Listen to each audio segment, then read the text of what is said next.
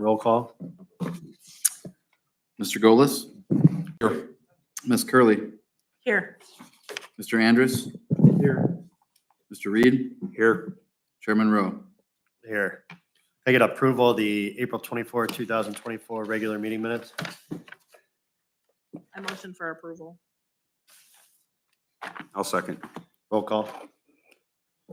Ms. Curley? Yes. Mr. Golis? Yes. Mr. Andrus? Yes. Mr. Reed? Yes. Chairman Rowe? Yes.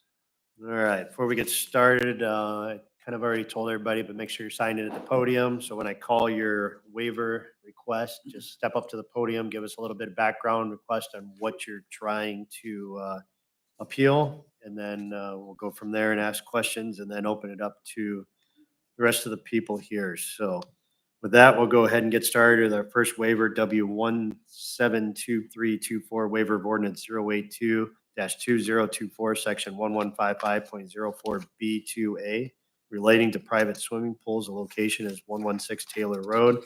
The applicant owner is Robert Nottage.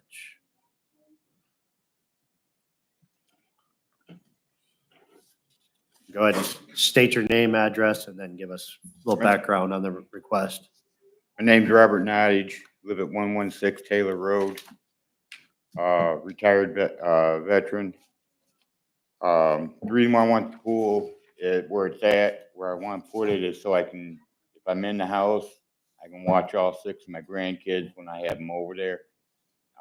Because that's the area that between me and their parents have designated for them to play in. As you can see from pictures, that there's a sandbox back there, and there's also a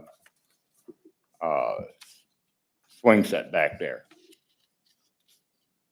And it also keeps them away from, like I put a pool back there to keep the dogs out of the pool when they're in there.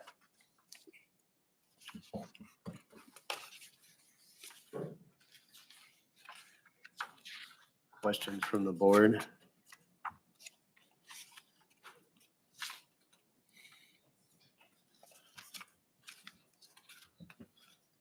All right, so I see the obstructions you got there for telephone cable overhead, building power overhead. What about the area between the shed and the telephone cable overhead? I guess what? Like if I'm in the house, I really have no way of keeping an eye on them because those back rooms are bedrooms. Where that portion that sticks out in the front is actually a kitchen. And it's got a side window where I can look right into the gate area and the pool itself.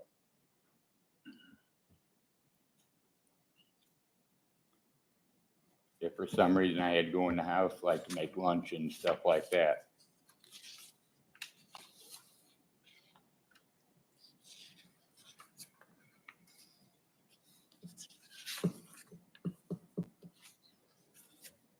Any other questions from the board?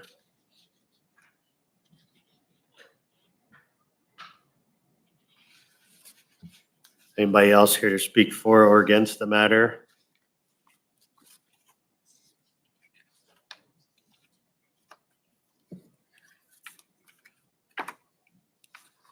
Okay, if there's no other questions from the board, I would entertain a motion.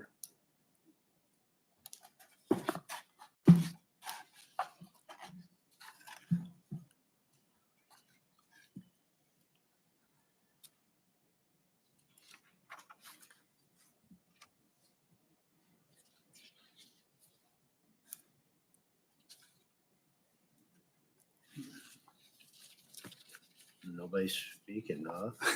Wow. I can't make a motion. Somebody has to.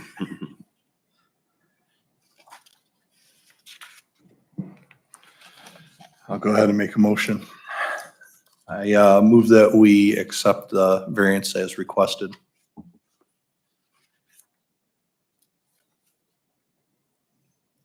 I'll support. Roll call. Mr. Golis? No. Mr. Andrus? No. Ms. Curley? No. Mr. Reed? No. Chairman Rowe? No.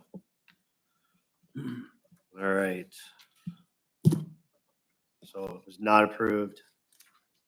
You can follow back up with building and zoning if you have a different option, but that option in particular that was submitted was not accepted. I was told the other option I had was to put basically a pool that can go up and down Yeah, year temporary. round. The temporary one, I think. I let Because chief building official speak to what is a temporary versus permanent.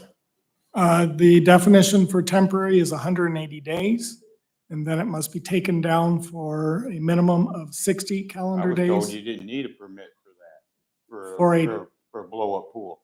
for a temporary pool. Right, Who told you that? your building inspection, building office. Well, you can follow back up with them. Why don't you follow back up with them tomorrow and they can define it a little Yep, better we for you. follow up with us tomorrow I will. and we will give you the final definition on that. Okay. All right, thank you. Next waiver is W1724-24, waiver of ordinance 082-2024, section 1155.04B8 relating to private swimming pools. The location is 1745 Southwood Road. The applicant owner is Greg Hillebrand. Thank you. My name is Matt Fisher. I'm an attorney at Marshall and Melhorn. I represent the property owner, Greg Hillebrand. Mr. Hillebrand wants to install an in-ground pool. He would be asking for a waiver of the fence requirement. He's got a 5-acre parcel. The property is shown, it's going to be 200 feet from his neighbor, 300 feet from the road. He did supply to you with his information, if I can find it here, excuse me. Information that a powered pool cover that would slide over the top, it is rated that people can walk on it and stand on it. I have seen them myself. That has been approved by the International Pool and Spa Association. And so we're requesting a waiver of the fence requirement. He does have support from a neighbor across the street at 1655 South Lynn. I know that that is very probative, but the neighbors don't object to not having the fence up. But he would have the powered cover, he'd be able to watch that with a camera, make sure that it was always closed when they weren't using it, and open it up only when it was being used. And it is supposed to be, because it also hides the pool, according to the International Pool and Spa, it's a better deterrent than a fence where a kid can actually look and see the water. When the cover is over it, they can't see the water and kind of cuts down on the risk. You said that there is backup power or something that said, I am not aware of that, but I'm sure that we can, if that would be a requirement, we'd be more than happy to. I mean, comply if with they're in that. a situation where they lost power to the house, this thing still is able to operate. I would, if that would be a requirement that would be placed on it, I'm sure we'd be agreeable to that. My guess is if you got a generator out there, but I don't know that for a fact. Unfortunately, Mr. Hillebrand's out of town and is not able to be here today to answer that question. So I believe I don't know that everybody on this board was here when I was here, but we've dealt with this, I think, one other time. Is this near Eagles Landing? No. This is south of, almost South end of town, correct. almost to Curtis Road on Wynn.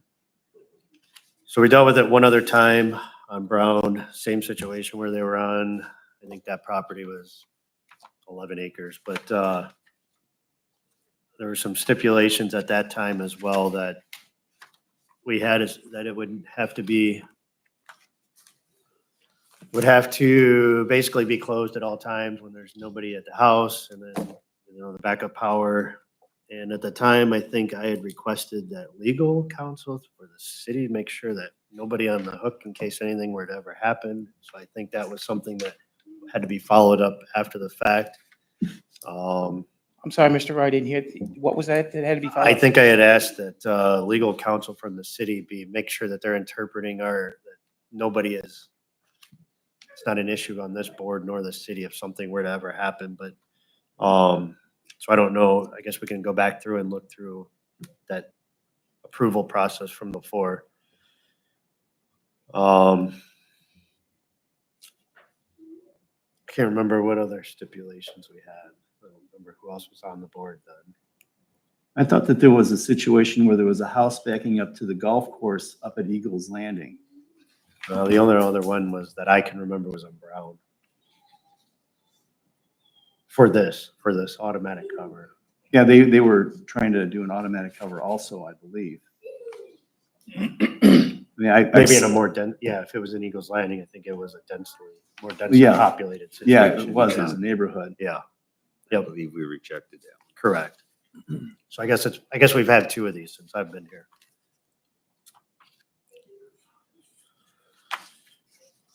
I mean, I've seen a lot of pools on larger tracks in the country, and what they do is they just have a fence around it. My in-laws have 4 acres, and they have a fence around their pool and pool house. And they walk out, they open the gate, close the gate, they go in. Why wouldn't they want to at least just put a fence around the pool area? What's the hardship? I don't know that I can actually address that, other than that he would prefer to put the powered cover on there. I think it makes more sense for them. He feels it's a safer option. With respect to that, a gate can be unlatched. Someone can climb over a fence. The powered cover is on there. It can't be opened by any kid just walking by, whereas a kid could certainly just walk by and hop over a 4-foot fence, and next thing you know, he's in the pool. So we feel that this is a safer option with respect to the safety issue. And correct me if I'm wrong, I believe the International Building Code does allow this option. I think we had talked about that last time as well. Which is not something that's been adopted to the city, but it's an approved option within the International Building Code. So if I understand, this has been allowed in the past, One time. okay. I think it's been rejected another time. But again, every situation's different. Sure, Mhm. understood.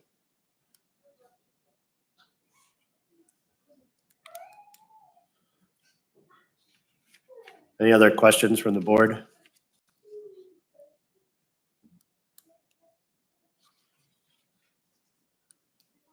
Anybody else here to speak for or against the matter? Go ahead and step up to the podium, make sure you're signed in, state your name and address. Dan Gross, 1535 South Lollendorf. I'm at Brown. I'm a partner in the 50-acre farm acreage across the street. And I support Mr. Hildebrand's efforts in getting a waiver for a cover. Dust from a combine may cause his pool to get dusty and cause extra work for him, or to complain to our farmer. And also, I live nearby in a 2-acre property with a pond, and have not required to have a fence around the pond. And I've had no problems with people trying to get in there, or kids running in and out, no problems there.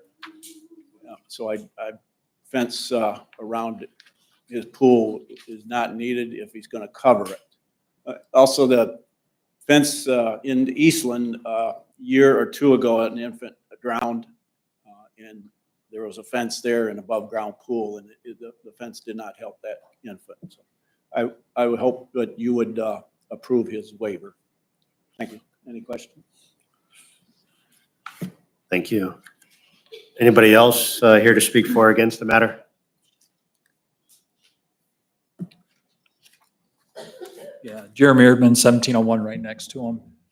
I'm in favor of him getting a variance on that. I mean, we got 2 ponds in the back. We've had no problems whatsoever. I mean, it seems to me like if it comes down to either putting a fence up or putting a hard cover on, I think the hard cover is probably the better way to go as far as ensuring that people don't get in there, little ones. So that's my opinion.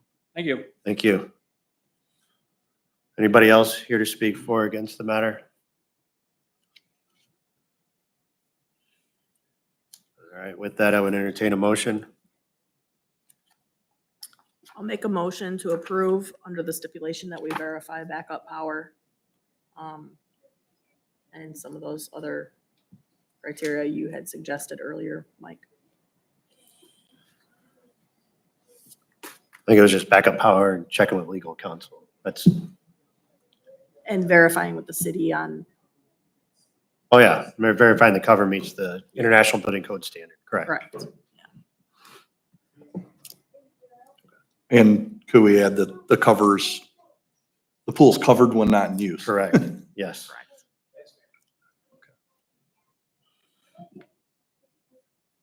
Okay, a second. I'll second. Roll call. Ms. Curley, Yes. Mr. Golis, Yes.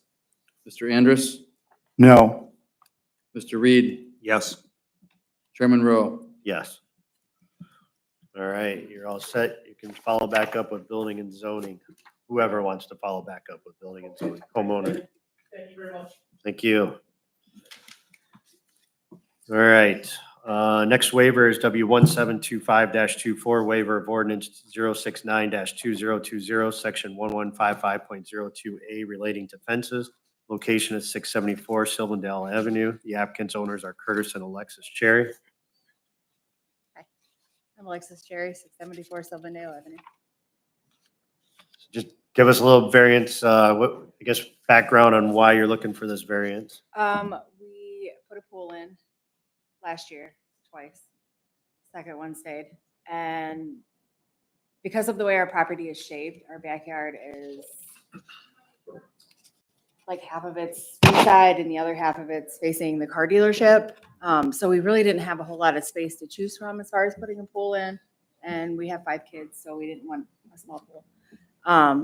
But anyway, we did put the pool in, and the 4-foot fence we also installed, but it's not enough privacy. It's not enough safety for me. Being that the fence is closer to the sidewalk than the original fence was. People walk by with their dogs and whatnot and can see right into the backyard. And we also have dogs as well that are Great Danes, and 4-foot is, they figured out they can jump that fence. And while they would never hurt a soul, they do want to say hi to everybody and their brother. So being able to keep them fenced in would be fantastic. Obviously the safety issue is the biggest, but privacy for sure. I drive that side of that road every day and park in that far driveway, and I have never once been like, oh, I can't see around the corner up there. You can't see around the corner up there no matter what until you get past the front of my house. And I believe that's the reason why the original rule was set, that it could only be a 4-foot fence because of people's ability to see around that corner. I think the issue, so you got a triple front yard is the Pretty much, problem. yeah. So the 4-foot fence is basically for, if you're in the rear yard, you can go up to a 6-foot fence, but you don't really have much of a rear yard. So you're kind of in a unique situation, which is why there's an appeal process. Right. So, and yeah, I mean, I drove by it. I took a look at it. Obviously the commercial aspect doesn't help the cause, but so the posts that are there now look like, are those at 6 foot now, the posts that are in between the panels, is that? Approximately. Okay.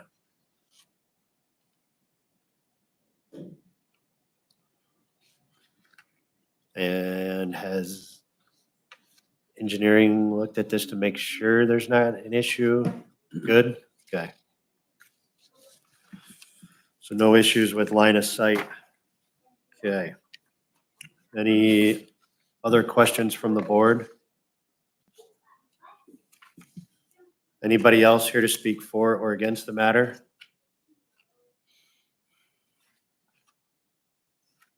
All right, with that, I would entertain a motion.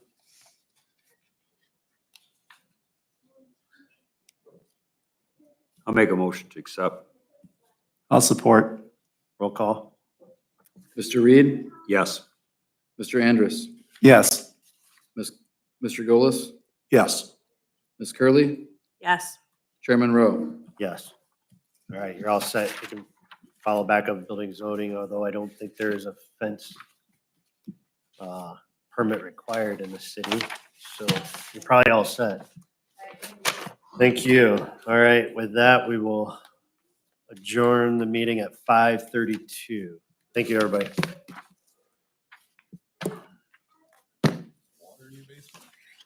Yep. I got home and